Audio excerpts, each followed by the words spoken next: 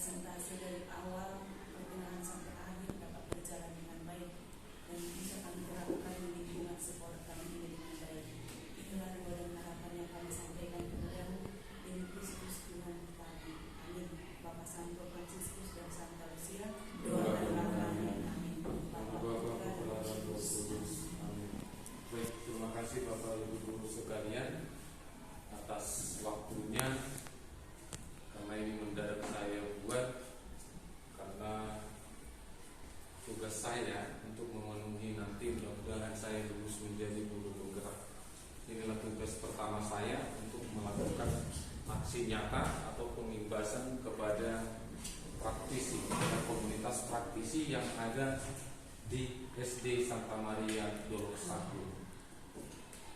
Saya ceritakan sebentar mengenai kegiatan saya di guru penggerak atau calon. Saya itu masih calon, belum guru penggerak.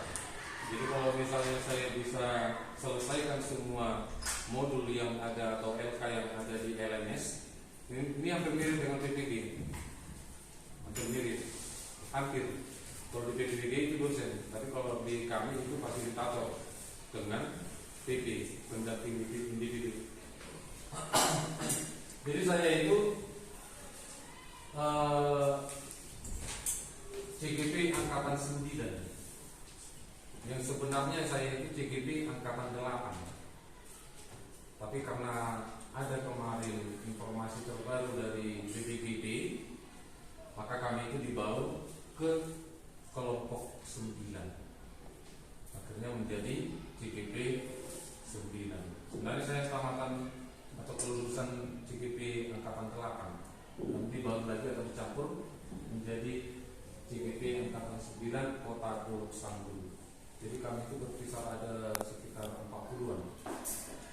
Sekali pertemuan atau sekali loka karya itu ada berkisar 40-an. Itulah nama kelas kami, kelas 0934 Kota Dolok Sagu. Nah, inilah pendamping kami atau pengajar praktek. Itu Rama Panjaitan yang sekarang itu kepala sekolah di Onang Ganjang. Dia masih muda. Kalau saya terangkan ini masih ke keluarga Ibu Yuyun. Ibu Yuyun Manali, mantan pimpinan. Lalu inilah fasilitator saya atau fasilitator kami, Ibu Sarni Ernawati Purba. Ini berdomisili di Sorong. Jadi kami itu komunikasi terus itu melalui LMS dan WA. Jadi kalau misalnya ada tugas-tugas kami yang tidak selesai, maka ini yang mengingatkan kami di grup CGP, calon guru penggerak. Nah, sebelum kita masuk ke materi, coba Bapak Ibu lihat di situ ada satu gambar gajah, ya kan? Dalam gambar gajah itu banyak hewan-hewan. Coba Bapak Ibu guru tebak dulu hewan-hewan apa saja. Dalam gambar itu banyak, ada berkisar 16 hewan. Ada 16 hewan.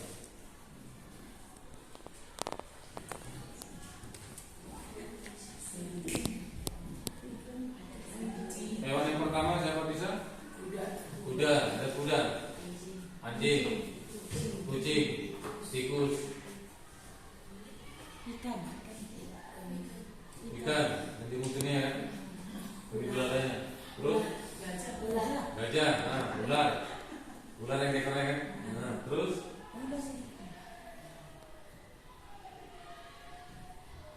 ada ikan nggak? Serigala yang mana itu? Yang mana? Ini. Ini ujungnya nih. Nah, kita ulang dulu serigala. Nanti kita buktikan ya jawabannya. Buaya apa? Gambar apa lagi? Penyu. Oh iya, penyu itu penyu. Ya. Nah, baru apa lagi? Ada ikan nggak? Ada. Yang mana ikan? Di matanya. Iya, di matanya. Belalai. Apa lagi?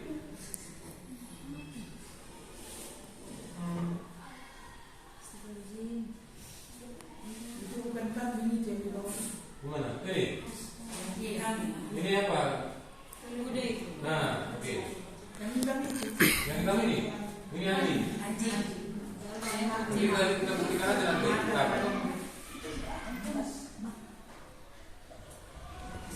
Ada 16 loh.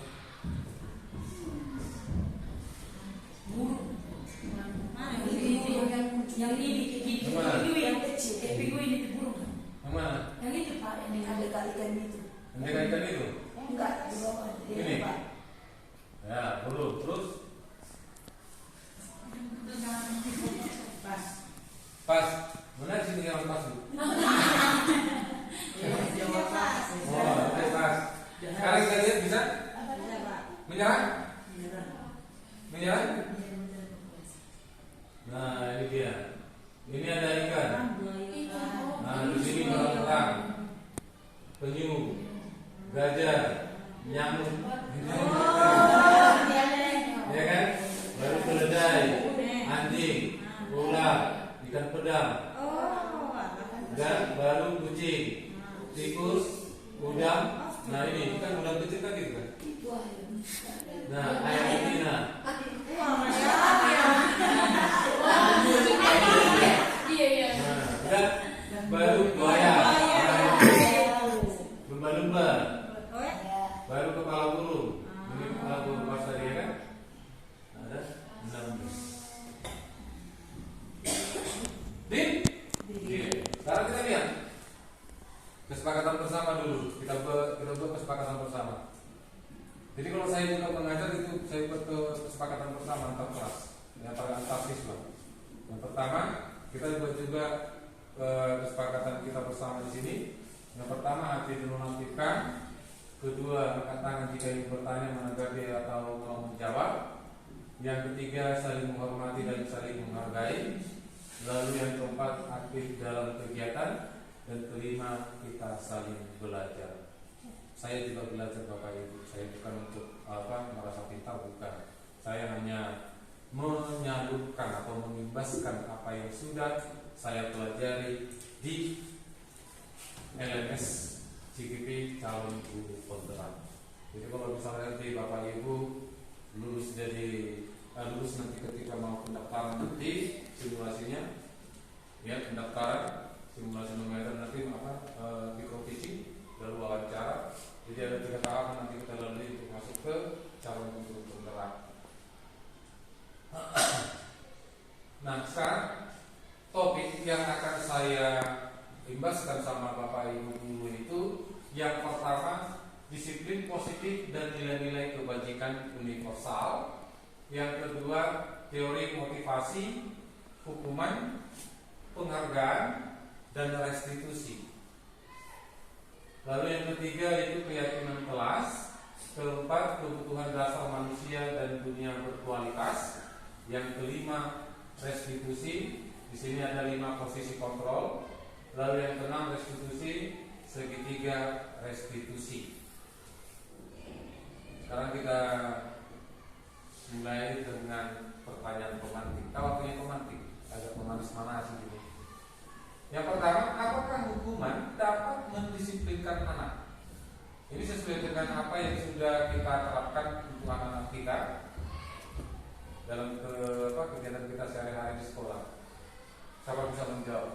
Apakah hukuman dapat mendisiplinkan anak?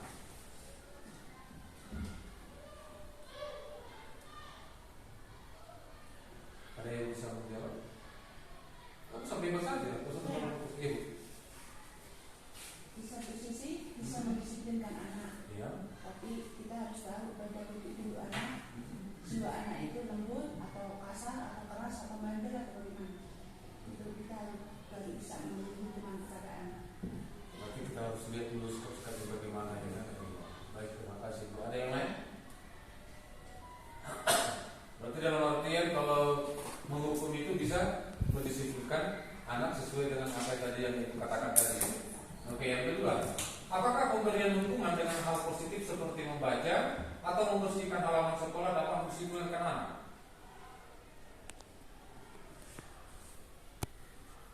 Saya rasa sudah pernah kita lakukan ini kan? Kita suruh mereka membaca lalu memberikan halaman sekolah. Apakah dengan hasil tersebut pernah atau bisa membuat anak menjadi disiplin?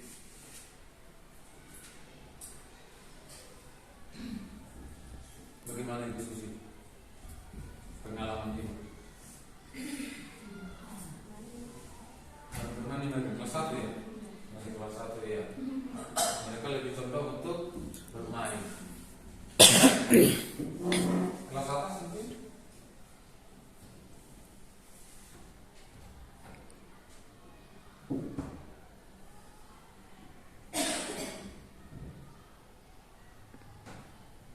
Bu ya? Bagaimana? Apakah itu bisa mendisiplinkan anak dengan membersihkan halaman sekolah dan juga dengan memberikan tugas mereka membaca?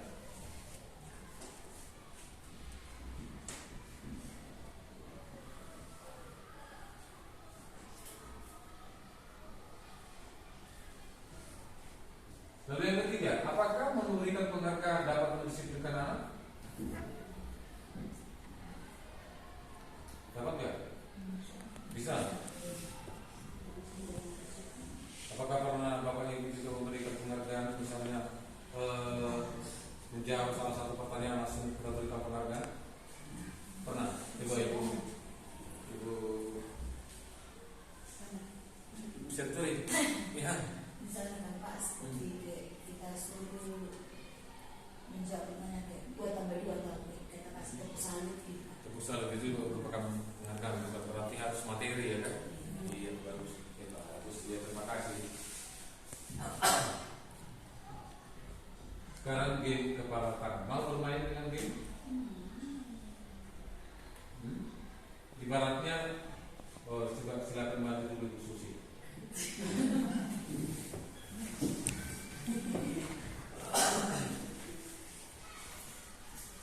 Ibu Susi, ibaratnya ini seorang siswa, ya. Tapi sekarang di tangannya ada sesuatu hal yang berharga, yang sangat berharga sekali sama dia, ya, sangat berharga sekali. Berharga dalam kehidupannya. Nah, nanti coba Bapak Ibu, siapa yang mau maju ke depan untuk menggombal ibu ini supaya tangannya itu dibuka. Pengen tahu ya. Dengan gaya-gaya apa saja, betul, terserah. Yang penting kalau bisa dibuka silakan. Ini merupakan rahasia tersendiri sama ibu ini. Jadi tidak boleh terbaca sama siapapun.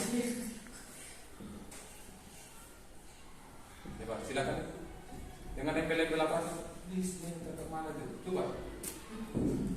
Itu rahasia itu yang nggak boleh kita sebar ke manapun. Itu sangat berguna untuk hidupnya. Ayo. Ayo coba. Dengan bagaimana itu bisa untuk mengatakan dia?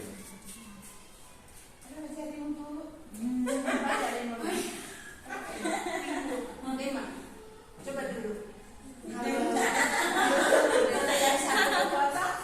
Ini tinggal berapa? 4. Coba dulu. Itu pemaksaan. Itu pemaksaan.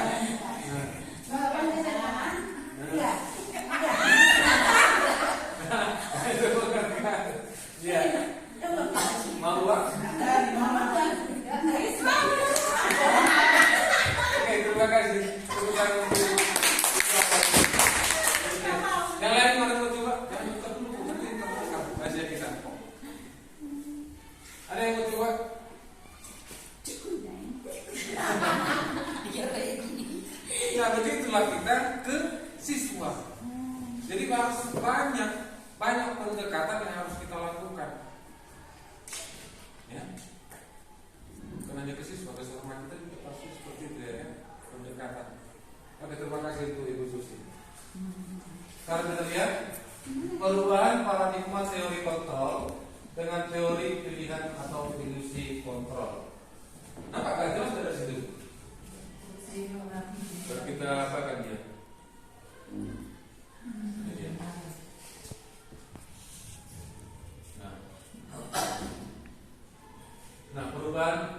norma, teori kontrol, dan teori pilihan.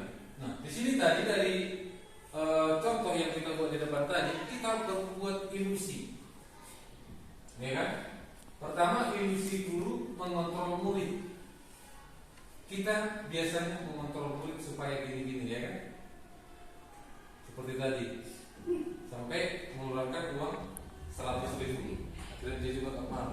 Jadi supaya kita harus melakukan apa yang harus diinginkan siswa tersebut. Artinya kita harus membuat siswa itu senyaman mungkin, nyaman di sekolah, dia bahagia, kan kita itu sebagai pelayan di sini.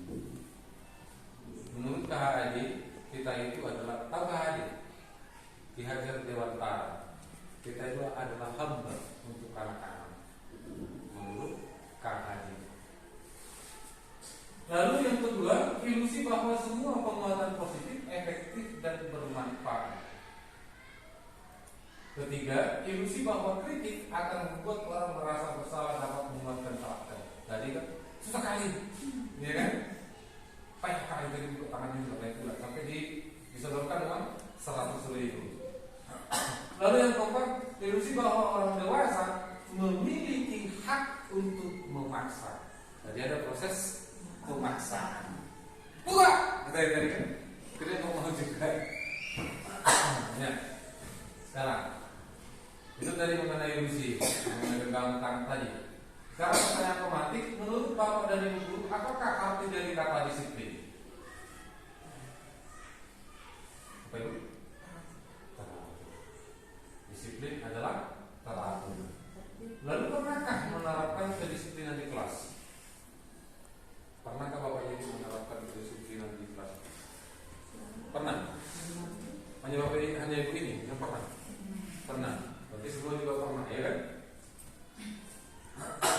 Nah, apa itu makna disiplin? Itu disiplin berasal dari kata disiplina, yang artinya belajar. Bukan teratur, ya kan? Disiplina yang artinya belajar. Makna asal dari kata ini berkonotasi dengan disiplin diri dari murid-murid Sokrates dan Plato.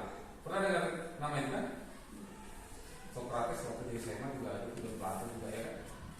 Nah, yang ketiga, disiplin diri membuat orang menggali potensinya menuju sebuah tujuan apa yang dihargai. Selanjutnya, namun dalam budaya kita, makna kata disiplin telah kembali menjadi sesuatu yang dilakukan seseorang pada orang lain untuk mendapatkan kepatuhan. Itu yang terjadi di sekeliling kita, ya kan? Untuk menjadi patuh anak itu kita buat. Itu makna disiplin kalau di daerah kita. Dan ini juga sudah menjadi membudaya. Padahal disiplin itu tadi di atas dikatakan belajar. Ya. Kecenderungan umum adalah menghubungkan kata disiplin dengan ketidaknyamanan. Ketidaknyamanan. Nah, itu yang kita lakukan selama ini. Jadi anak itu tidak merasa nyaman. Ketika kita melakukan atau menerapkan disiplin di sekolah ini, apa yang kita buat? Hukuman, ya kan? Karena menghormat bendera. Saya juga sudah pernah alami sendiri juga. Waktu saya masuk pertama kali di SD Santa Maria ini, saya itu langsung tendang siswa. Ibu guru baik tahu itu. Waktu saya berapa membereskan anak-anak, saya langsung tendang. Wah, itu anaknya Pak Pasari, si Musa Pasari. Jadi saya dimaki-maki itu. Pak kucing dia itu juga. Itu yang saya alami. Ya. Nah, bukan dengan apa yang kita hargai atau pencapaian suatu tujuan mulia.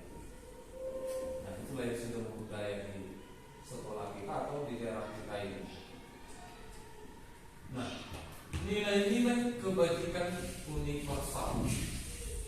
Nah, nilai-nilai kebajikan adalah sifat-sifat positif manusia yang dicapai oleh setiap individu. Nilai-nilai tersebut bersifat universal dan lintas bahasa, suku, bangsa, agama maupun latar belakang. Setiap perilaku perbuatan memiliki suatu tujuan. Ini menurut penelitian dan atau ahli dari William Glasser dengan teori kontrol tahun 1984. Yang ketiga, dengan mengaitkan nilai-nilai kebajikan yang diyakini seseorang, maka motivasi intrinsiknya atau dari dalamnya ya, akan terbangun sehingga menggerakkan motivasi dari dalam untuk dapat mencapai tujuan mulia yang diinginkan. Ini pendapat dari Dian Fossen 1998. Jadi inilah nilai-nilai kebajikan universal. Dimensi profil belajar Pancasila ini sudah kita terapkan. Belajar Pancasila itu, profil belajar Pancasila yang pertama beriman, bertakwa kepada Tuhan Yang Maha Esa dan berakhlak mulia. Lalu yang kedua berkebinekaan global, ketiga bergotong royong, keempat kreatif, kelima berkenalan kritis, dan yang terakhir adalah mandiri. Pertanyaan pemantik. Jadi setiap orang baru itu ada pertanyaan pemantik. Yang pertama, sebagai seorang guru, saat Anda atau Bapak Ibu guru hadir mengajar di kelas tepat waktu, motivasi apakah yang mendasari tindakan Bapak Ibu? Apa yang membuat Bapak Ibu termotivasi untuk sampai di kelas lalu mengajar?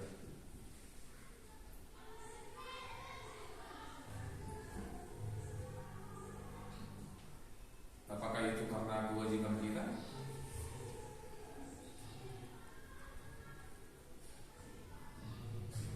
Bagaimana Bapak Ibu? Motivasi apa yang mendasari Ibu atau Bapak Ibu tiba di kelas dengan tepat waktu?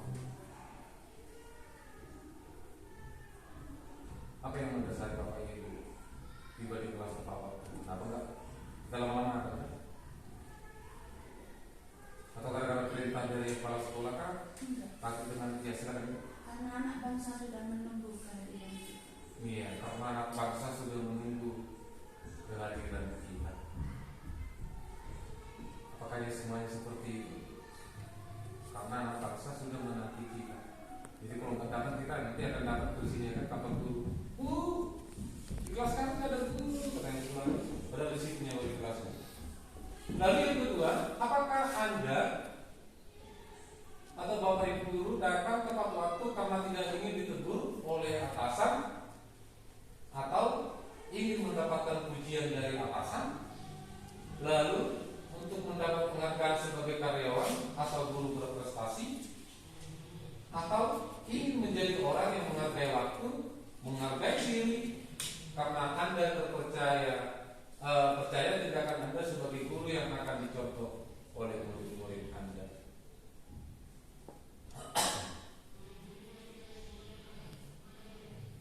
Mana yang kita pilih? Yang mana yang terakhir? Ya kan? Karena kita itu adalah contoh panutan untuk siswa atau murid-murid kita.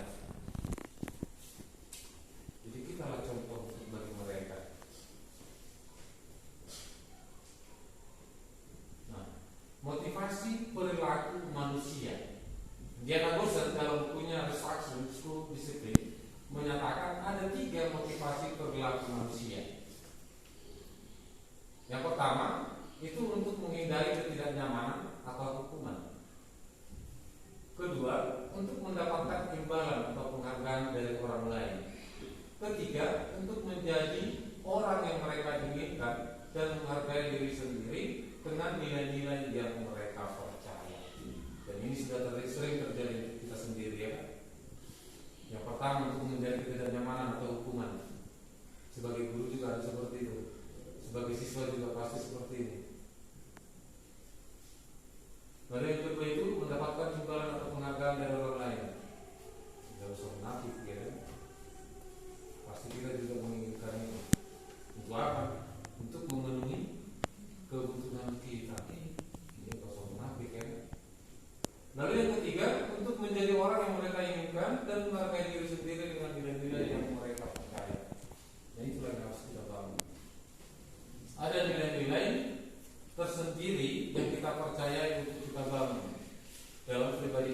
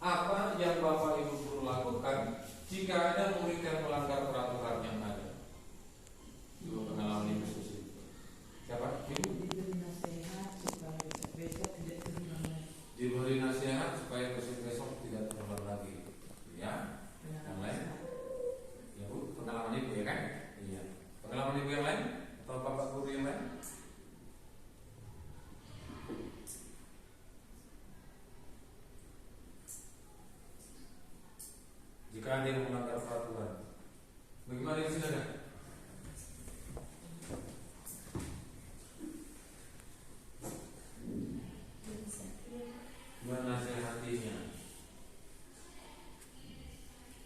tidak menghukumnya. Padahal juga dia kan menghukumnya ya. Ada yang lain? Ibu guru? Ibu Eris? Memberikan sanksi berupa apa? Sanksi itu kan berupa peringatan. Iya, peringatan, sanksi dan peringatan. Nah, apakah dengan memberikan hukuman konsekuensi atau restitusi? Jadi ada 3 kategori. Kalau hukuman itu sudah sering kita dengar kan? Konsekuensi juga sudah sering. Mana lebih enak, hukuman atau konsekuensi? Atau yang lebih bermanfaat untuk anak? Konsen? Dari mana alasannya? Coba ibu buka. Kenapa konsekuensi lebih bagus daripada hukuman? Siapa punya alasan? Kalau hukuman itu dengan konsekuensi itu Kesepakatan kedua belah pihak. konsekuensi. Nah, kalau hukuman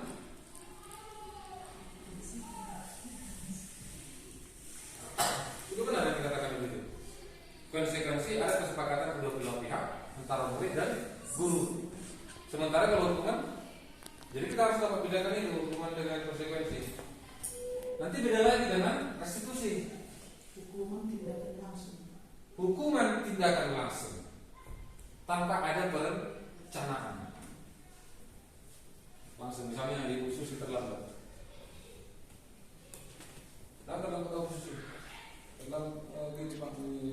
Udah. 28 Sampah ke sana. Cucikan kamar mandi, ya kan? Itu hukuman. Jadi dapat kita bedakan.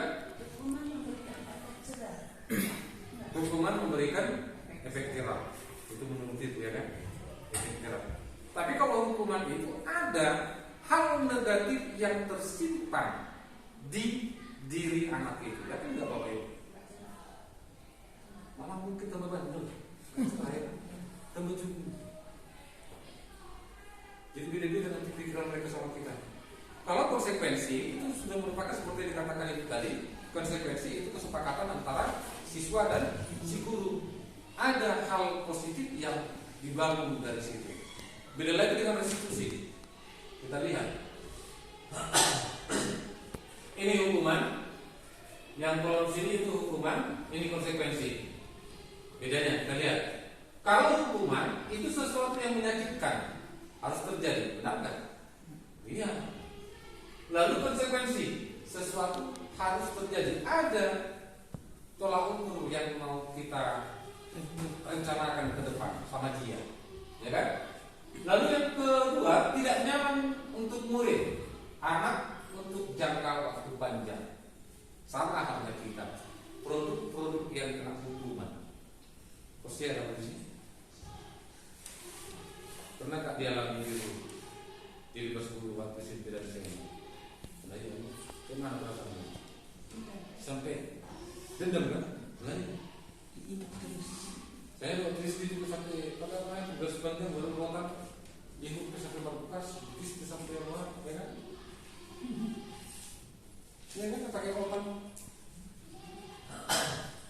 Lalu konsekuensi tidak nyaman untuk murid atau anak untuk jangka waktu pendek, sebentar itu sama dia. Tapi untuk tahun-tahun berikutnya atau masa depan dia tidak terlalu ingat. Beda dengan hukuman. Sampai sekarang kita itu korban hukuman. Sampai sekarang ingat. Saya ke SD balik kelas saya ingat sampai sekarang. Gara-gara apa? Gara-gara menyakitkan. Yang saya itu memang menyakitkan. Ya? Kelas 1 ibu guru saya itu bisa lagi. Kelas 2 ibu saya dari. Kelas 3 ibu tahunan. Kelas 4 Pak Guru. Kelas 5 Pak Mani. Kelas 6 Pak Terima. Jadi mereka mempunyai apa? Cara-cara atau metode hukuman mereka yang sudah terlintas di badan saya. Lalu hukuman yang apa bentuk perbedaan hukuman yang pertama? Yang selanjutnya murid atau anak akan tersakiti. Nah, sementara untuk konsekuensi murid atau anak dibuat tidak nyaman, hanya tidak nyaman aja. Pada waktu di ikhlas itu. Tapi kalau hukuman itu tersakiti, ada bekas yang tersimpan di badannya ataupun di benaknya. Lalu perbedaan selanjutnya, perilaku pasif agresif itu meningkat. Benar nggak Bapak Ibu? Yang sudah kita hukum besoknya atau 2 minggu sampai minggu kemudian kita menuju. Ya, kita sudah paham. Sedangkan konsekuensinya, penguatan hanya bertahan dalam jangka waktu pendek. Jadi tidak untuk jangka panjang. Lalu yang selanjutnya, sistem tidak akan berjalan bila murid tidak tahu.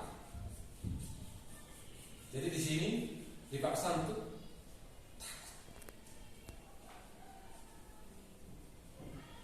ini supaya Bapak sama takut. Sudah pernah kita alami di sekolah kita. Supaya Bapak sama takut. Sudah kita itu pengalaman kita yang sudah tujuan di sini. Ya. Sedangkan konsekuensi memerlukan monitoring dan supervisi terus-menerus dari guru. Itu kalau konsekuensi.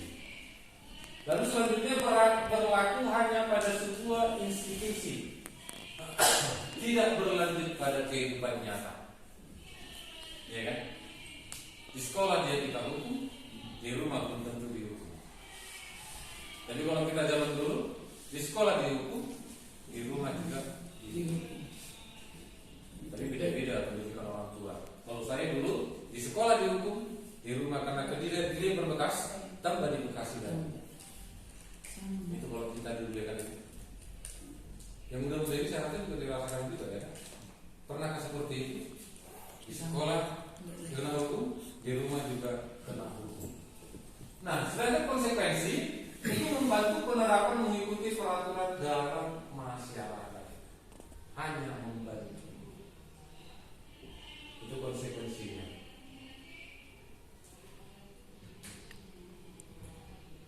Nah ini lagi bersifat, kalau hukuman itu bersifat negatif, sementara kalau konsekuensi netral.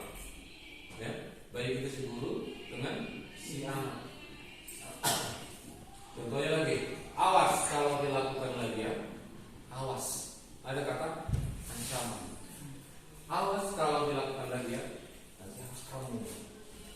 Sedangkan konsekuensi itu lakukan apa yang saya katakan ya namanya jangan diapakan. Itu konsekuensi.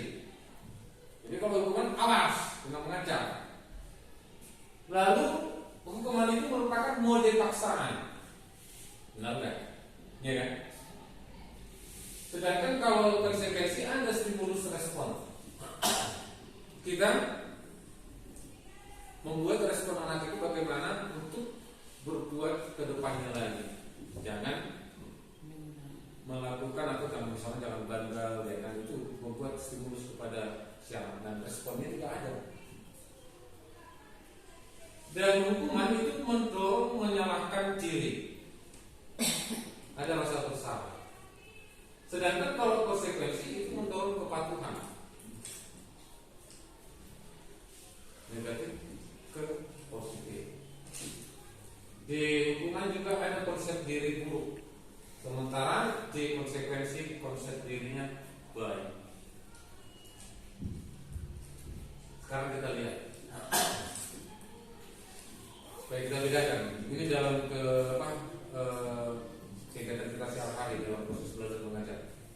Mencatat 100 kali di dalam buku kalimat, saya tidak akan terlambat lagi. Ini kalau sekolah. Hukuman atau konsekuensi? Konsekuensi. Kenapa? Kenapa itu konsekuensi?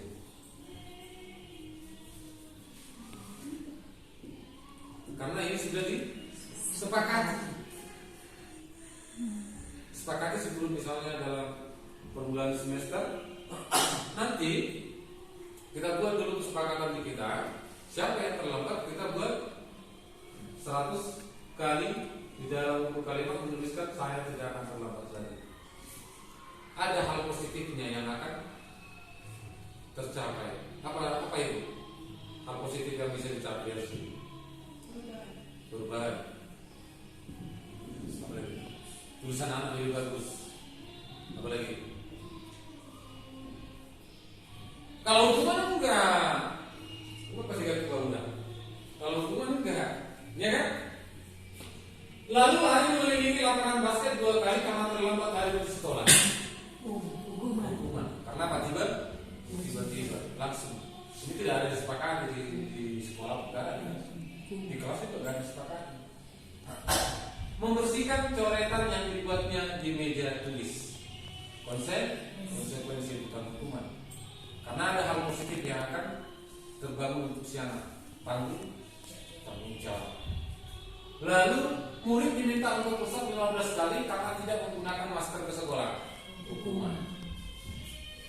Menggantikan kertas tugas teman yang telah dicoret-coret. Konsekuensi tanggung jawab. Berjemur di lapangan basket pada pukul 12 siang karena mengobrol dengan teman. Hukuman. Berdiri depan kelas sambil mengangkat kaki satu karena tidak bisa menjawab pertanyaan. Hukuman. Sekarang kita lihat apa itu. Bedanya hukuman, konsekuensi, dan restitusi. Kalau hukuman itu bersifat tidak terencana, tiba-tiba hukuman bersifat satu arah dari guru yang memberikan. Tanpa melalui kesepakatan, dapat berupa fisik maupun fisikis, murid disakiti oleh suatu perbuatan atau kata-kata sistem. Tidak berjalan jika murid tidak takut. Seperti peraturannya adalah kamu harus titik-titik. Itulah hukuman. Lalu selanjutnya konsekuensi sudah terencana, sudah disepakati, sudah dibahas dan sudah disetujui oleh murid dan guru. Jadi ada kesepakatan mereka antara murid dan guru. Murid mengetahui apa yang akan diterima jika melanggar aturan. Memerlukan monitoring dan supervisi terus-menerus dari guru seperti apa peraturannya, mampukah kamu melakukannya? Itulah konsekuensi. Sedangkan kalau restitusi, proses menciptakan kondisi bagi murid untuk memperbaiki kesalahannya sehingga dapat kembali ke kelompok mereka dengan karakter yang lebih kuat. Murid bertanggung jawab untuk perilakunya seperti apa yang diyakini, apa yang bisa kamu lakukan untuk memperbaiki masalah ini. Inilah dia restitusi, Bapak Ibu. Sebuah cara menanamkan disiplin positif pada murid. Dan proses menciptakan kondisi bagi murid untuk memperbaiki kesalahan mereka. Jadi mereka hanya untuk memperbaiki. Itulah kalau restitusi. Nah, restitusi juga proses kolaboratif yang mengajarkan murid untuk mencari solusi akan masalah dan membantu murid berpikir tentang orang seperti apa yang mereka inginkan. Jadi restitusi itu membantu murid menjadi lebih memiliki tujuan, disiplin positif, dan memulihkan dirinya setelah berbuat salah. Penekanannya bukanlah pada bagaimana berperilaku untuk menyenangkan orang lain atau menghindari ketidaknyamanan, namun tujuannya adalah menjadi orang yang menghargai nilai-nilai kebajikan yang mereka percayai, sama dengan halnya kesepakatan kelas yang sudah tadi disetujui ataupun disepakati. Nah, sebelumnya kita telah belajar tentang teori kontrol tadi, bahwa pada dasarnya kita memiliki motivasi intrinsik. Ada motivasi yang terbangun dalam diri kita masing-masing. Sekarang kita lihat sebentar, itu ada video yang saya buat. Yuk.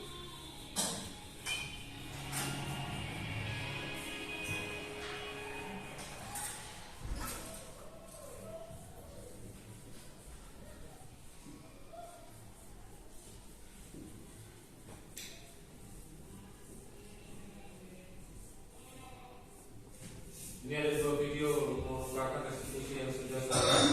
Mencegah itu perbuatan yang baik atau salah? Perbuatan yang baik atau salah? Nanti kalau kamu itu perbuatan yang salah. Nah, perbuatan tidak baik menurut Sarah, mengapa menyontek itu perbuatan tidak baik? Kenapa dari awal ya?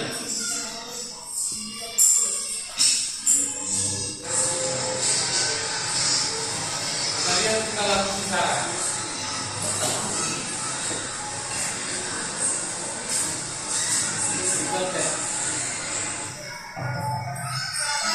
Ya, selamat pagi, silakan duduk. Iya, Sarah. Saya panggil kamu ke sini karena ada yang mau saya bicarakan. Sarah, hari ini kabarnya apa? Sarah, saat bulan tadi saya sempat melihat Sarah mengecek atau melihat bagaimana Nadine. Betul atau tidak? Menurut Sarah, internet itu perbuatan yang baik atau salah? Perbuatan baik atau salah? Berarti Sarah tahu itu perbuatan yang salah. Perbuatan tidak baik menurut Sarah, mengapa menyontek itu perbuatan tidak baik?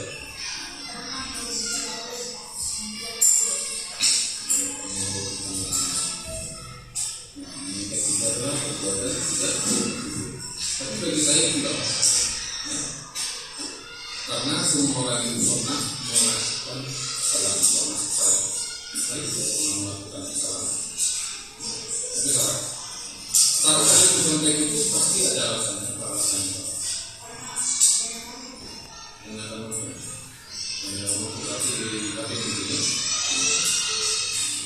Sarah, masih ingat permulaan semester 1 kita sudah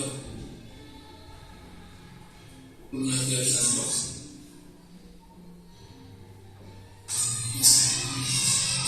Menyuntik yang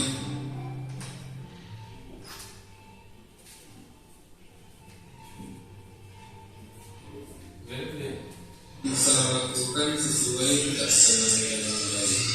Kebajikan.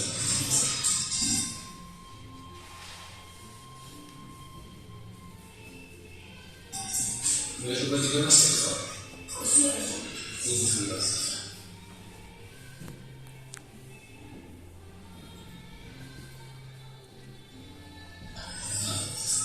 Apa yang akan saya lakukan selanjutnya?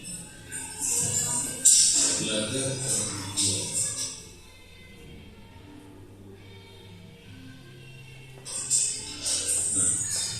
Sekarang diusahakan ya memprioritaskan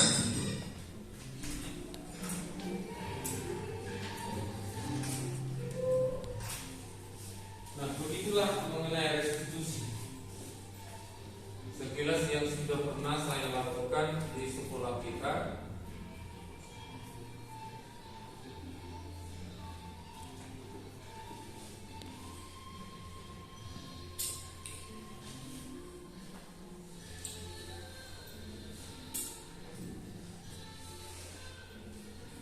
Untuk materi selanjutnya mengenai kegiatan kelas, sini ada pertanyaan pematiknya. Bapak Ibu guru, mengapa kita memakai helm saat berkendara? Apakah takut ditilang polisi atau untuk keselamatan kita? Yakin? Yakin? Jadi biasanya itu supaya jangan kena tilang, ya kan? Nah, mengenai keyakinan kelas, sebentar ya Bapak Ibu.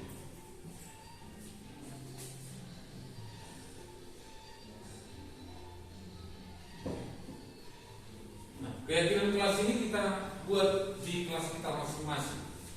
Seperti yang terjadi tadi, itu sudah membuat keyakinan kelas. Yang pertama, keyakinan kelas itu bersifat lebih abstrak daripada peraturan yang lebih rinci dan konkret. Kedua, keyakinan kelas berupa pernyataan universal. Ketiga, pernyataan keyakinan kelas senantiasa dibuat dalam bentuk positif. Ini bersama dengan peraturan kelas. Lalu yang keempat, keyakinan kelas sebenarnya tidak terlalu banyak, sehingga mudah diingat dan dipahami oleh semua warga kelas. Sama hal tadi kasus tadi. Saya tanya sama si Sarah, apa keyakinan kelas yang sudah kamu langgar tentang kejujuran? Kejujuran karena mencontek. keyakinan kelas sebaiknya sesuatu yang dapat diterapkan di lingkungan tersebut. Lalu yang selanjutnya, semua warga kelas hendaknya ikut berkontribusi dalam pembuatan keyakinan kelas lewat kegiatan curah pendapat. Terakhir, bersedia meninjau kembali keyakinan kelas dari waktu ke waktu. Jadi itulah proses untuk membuat keyakinan kelas di kelas kita masing-masing. Kalau kita menerapkan restitusi, jadi restitusi itu melontarkan pertanyaan-pertanyaan yang membangun, bukan dengan hukuman. Ya, misalnya ada satu kesalahan, kita tidak langsung menghukum. Kita masukkan pertanyaan-pertanyaan yang membangun untuk syarat. Nah, pembuatan keyakinan kelas yaitu dengan cara pertama, mempersilakan warga sekolah atau murid-murid di sekolah ataupun di kelas untuk bercurah pendapat tentang peraturan yang perlu disepakati di sekolah atau di kelas. Kemarin itu di kelas saya sudah saya buat. Saya sediakan satu kertas yang ditempel-tempel. Nah, saya bagi kertas ini, saya kasih sama mereka, coba buat peraturan kelas yang atau keyakinan kelas yang harus kita sepakati bersama. Jadi 30 siswa saya itu saya buat 30 saya bagikan, baik itu perempuan, baik itu laki-laki. Lalu saya posisikan mereka yang perempuan di sana buat apa ya keyakinan kelasnya, laki-laki di sebelah sini. Jadi itu mereka tempel di kelas itu. Jadi setiap saat atau setiap hari mereka bisa lihat keyakinan kelas itu. Jadi kalau mereka langgar, mereka bisa ditinjau kembali jika memang masih terulang lagi. Jadi ada timbul rasa perubahan-perubahan pada diri anak setelah melihat keyakinan kelas yang sudah ditempel mereka tadi. Lalu yang kedua, mencatat semua masukan-masukan para murid warga sekolah di papan tulis atau di kertas besar, di mana semua anggota warga sekolah atau kelas bisa melihat hasil curah pendapat. Yang ketiga, susunlah keyakinan kelas sesuai prosedur pembentukan keyakinan sekolah atau kelas. Gantilah kalimat-kalimat dalam bentuk negatif menjadi positif. Contohnya, jangan berlari di kelas atau koridor. Kita bisa sederhanakan lagi, berjalanlah di kelas atau di koridor, bukan berlari. Kita sederhanakan menjadi berjalanlah di kelas atau koridor. Nah, pembuatan keyakinan kelas kita lewatkan aja beberapa. Setelah keyakinan kelas atau sekolah selesai dibuat, maka semua warga kelas dipersilakan meninjau ulang dan menyetujuinya dengan menandatangani keyakinan sekolah kelas tersebut termasuk guru dan semua warga murid. Jadi itu tertangan oleh mereka dan juga guru. Itu terjadi di situ kerjasama dan tanggung jawab antar warga kelas ataupun warga sekolah. Lalu keyakinan sekolah atau kelas selanjutnya bisa diletakkan di dinding kelas di tempat yang sudah dilihat semua warga kelas. Jadi Bapak Ibu juga bisa buat di kelas masing-masing, disepakati bersama, ditempel atau enggak buat di kampus akun, lalu tempel mereka. Murahnya tuh bahannya, bahan tempel-tempelnya nggak nyampe 50.000. Atau bisa dengan pakai double tip dan kertas yang disebut kertas ABS itu, ya kan? Sekarang kita masuk ke 5 kebutuhan dasar manusia, yaitu penguasaan, kasih sayang dan rasa diterima, kebebasan dan kesenangan serta bertahan hidup. Pertanyaan pemantik, apa yang Bapak Ibu hebat lakukan jika melihat murid selalu melanggar aturan atau keyakinan kelas yang ada? Yang akan keyakinan kelas, misalnya peraturan aja lagi. Apa yang Bapak Ibu lakukan? Membiarkannya? Tidak, ya kan? Atau pernah kita biarkan? Tidak. Atau menasihatinya? Pernah menasihati? Pernah. Menghukum? Pernah. Ini agak nyambung ini dengan yang pertama tadi, ya kan? Sekarang kita lihat ini. Kita tuntut sebentar.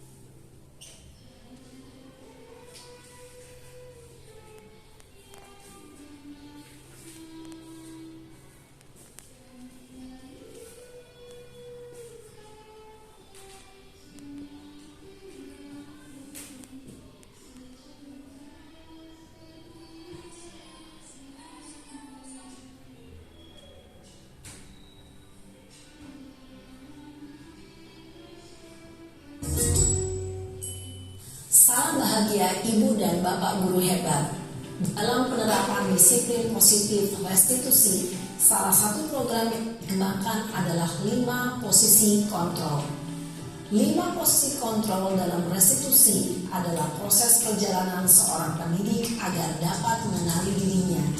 Pada video kali ini, kita akan membahas tentang 5 posisi kontrol yang dikembangkan oleh Diane Gosser dan contoh penerapannya.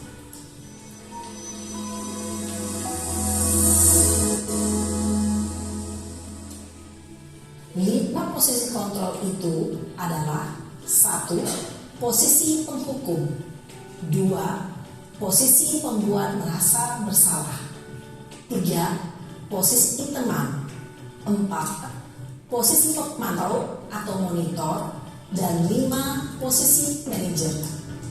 Untuk memahami 5 posisi tersebut, mari kita saksikan kasus Naren yang terlambat hadir 20 menit di sekolah dan melihat bagaimana kelima posisi kontrol dalam menghadapi masalah tersebut.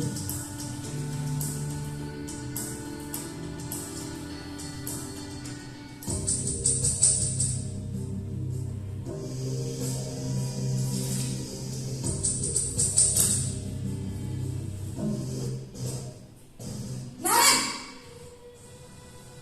Sini kamu! Selamat pagi, Bu. Selalu terlambat. Kamu deh, pasti terlambat. Maaf, Bu. Saya Apa? Apa coba? Alasan kamu apa lagi? Ini Mas Lukman. Kapan sih kamu tidak terlambat? Tunggu, Bu. Malah sekalian kamu jadi anak. saya Dasar pemalas. Gak kapok-kapok sih kamu. Sudah berapa kali terlambat? Sana, kamu keliling lapangan basket 2 kali. Tiba-tiba. kenapa saya harus ke lapangan basket, Bu? Kenapa? Kamu lawan ibu. Berani-beraninya jawab. Sudah terlambat, menjawab pula. Sekarang keliling lapangan basket 5 kali sekalian. Biar kapok. Cepat. Pergi sana ke lapangan basket. Posisi penghukum biasanya berbicara dengan nada tinggi, menghardik, menunjuk-nunjuk, menyakiti, dan menyindir. Hukuman bisa berupa fisik maupun psikis. Ibu dan Bapak guru hebat, dampak yang terjadi pada murid ketika guru berada pada posisi penghukum adalah murid cenderung akan memberontak, bahkan menyimpan dendam.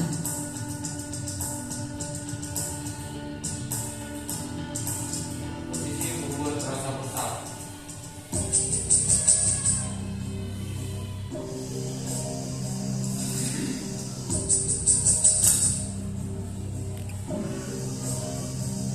Naren!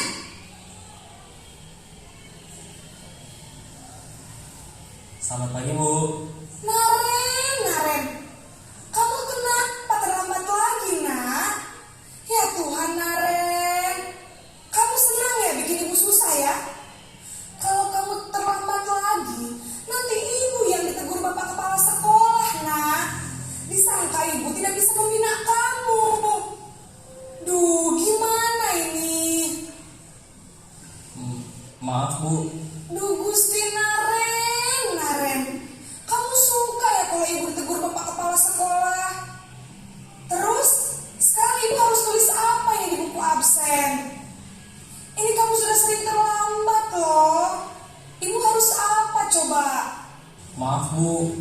Maaf sekali. Ya sudah, lain kali jangan bikin ibu susah lagi anak ya. Ibu tidak akan kuat lagi kalau kamu begini terus. Bisa jantungan kalau ibu ditegur bapak kepala sekolah. Sana cepat ke kelas. Maaf ya, Bu. Maaf sekali. Posisi pembuat rasa bersalah berbicara dengan nada tenang, cenderung lembut. Namun kata-kata yang diutarakan membuat murid merasa menjadi orang yang gagal, memandang buruk dirinya sendiri, merasa tidak berharga, dan tidak sanggup membahagiakan orang lain. Ketika guru mengambil posisi pembuat rasa bersalah, murid akan menganggap dirinya yang bersalah dan ia akan menyimpan emosi negatif tersebut di dalam dirinya.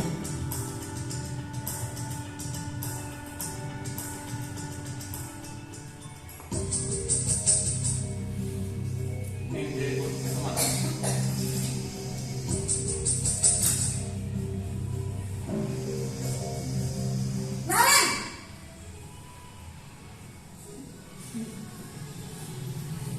Selamat pagi Bu. wah, sudah jam berapa ini nak? Terlambat lagi ya sayang. Iya Bu, habis ibu saya lupa bangunkan saya Bu. Kamu malah menyalahkan ibu kamu. Kamu bukannya anak yang larinya paling kencang. Kok terlambat sih? Iya Bu, saya memang lambat bangun tadi. Jadi biarpun saya lari kencang, tetap gak kekejar Bu. Ya sudah sana. Nanti lain kali larinya lebih kencang lagi ya. Biar gak terlambat lagi. Bikin senang ibu. Demi ibu. Bisa kan? Bisa lah Bu. Ya sudah sana masuk kelas. Ibu beresin urusan absen kamu. Kamu ini ada-ada saja. Dalam posisi teman, guru berbicara dengan nada suara ramah, akrab, cenderung bersenda gurau untuk menjaga suasana tetap santai. Murid akan merasa senang, aman, dan akrab dengan guru. Identitas yang tercipta adalah identitas sukses atau berhasil. Namun, perlu diingat, karena ini masih dorongan eksternal, maka ada faktor ketergantungan dari murid kepada orang tertentu. Di sini guru absennya, sehingga di lain waktu murid bisa berperilaku baik, namun hanya kepada orang-orang tertentu saja.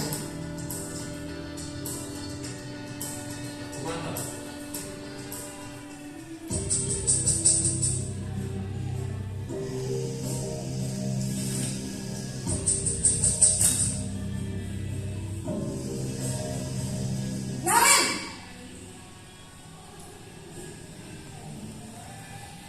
Selamat pagi Bu. Naren, apa peraturan sekolah kita tentang jam berapa kita harus masuk sekolah, nak? Kita harus di sekolah jam 7 Bu. Iya betul, sekarang sudah jam 7.20. Naren sudah tahu konsekuensinya jika terlambat hadir. Paham Bu. Saya harus tinggal kelas pas jam istirahat selama 20 menit. Iya benar, konsekuensinya demikian. Jadi nanti jam 9.30 pas istirahat, kamu harus tinggal di kelas, kerjakan tugas tambahan untuk ketertinggalan kamu, ya? Baik Bu. Posisi pemantau mengandalkan penghitungan atau data untuk mengontrol murid. Guru mengarahkan murid berdasarkan peraturan dan konsekuensi. Seorang pemantau menunjukkan bahasa tubuh dan ekspresi wajah yang datar dan cenderung formal.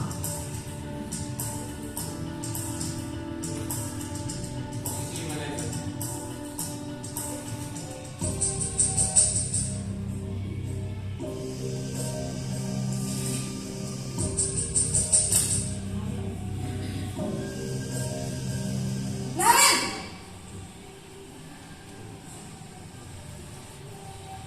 Selamat pagi Bu. Selamat pagi Naren.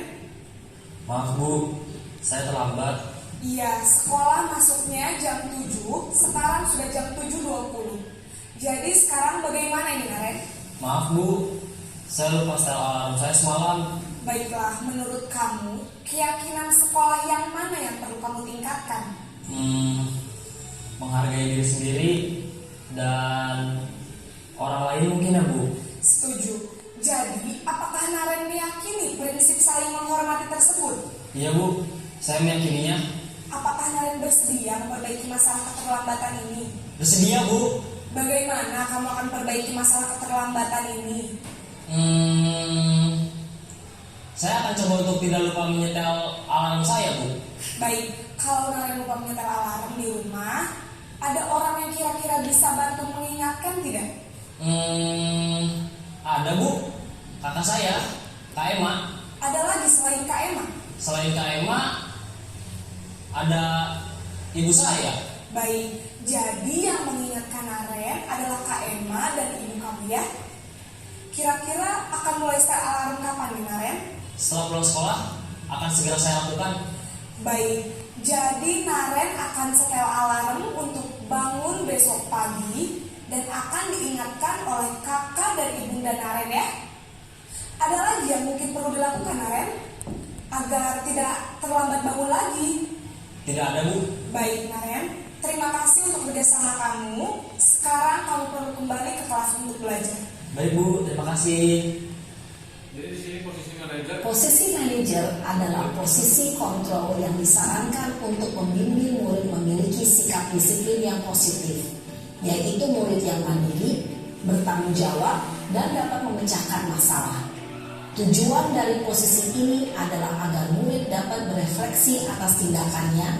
Guru akan dengan tulus memberikan pertanyaan-pertanyaan bermakna, sehingga membuat murid dapat belajar dari kesalahannya dan mencari sebuah solusi untuk menyelesaikannya. Ibu dan bapak guru hebat, setelah mengamati adegan kelima posisi kontrol tadi, kira-kira posisi mana yang paling ideal? Posisi mana yang dapat menunjang motivasi intrinsik murid? Nah, yang mana yang paling ideal kita lakukan?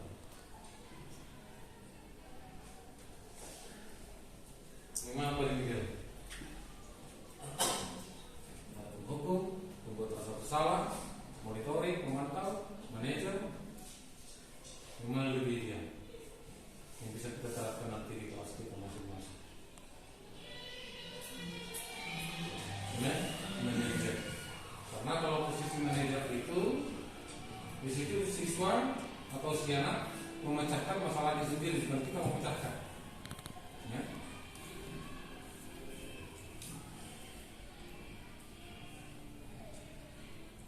Nah, inilah segitiga institusi yang sudah dilakukan tadi. Yang pertama, menstabilkan identitas. Sama halnya dengan video yang sudah saya buat tadi, itulah posisi menstabilkan identitas. Jadi bisa kita gunakan kalimat-kalimat ini. Berbuat salah itu tidak apa-apa. Tidak ada manusia yang sempurna. Saya juga pernah melakukan kesalahan seperti itu. Kita bisa menyelesaikan ini. Dan Bapak Ibu tidak tertarik mencari siapa yang salah, tapi Bapak ingin mencari solusi dari permasalahan ini. Kamu berhak merasa begitu. Apakah kamu sedang menjadi teman yang baik buat dirimu sendiri? Nah, itu dia.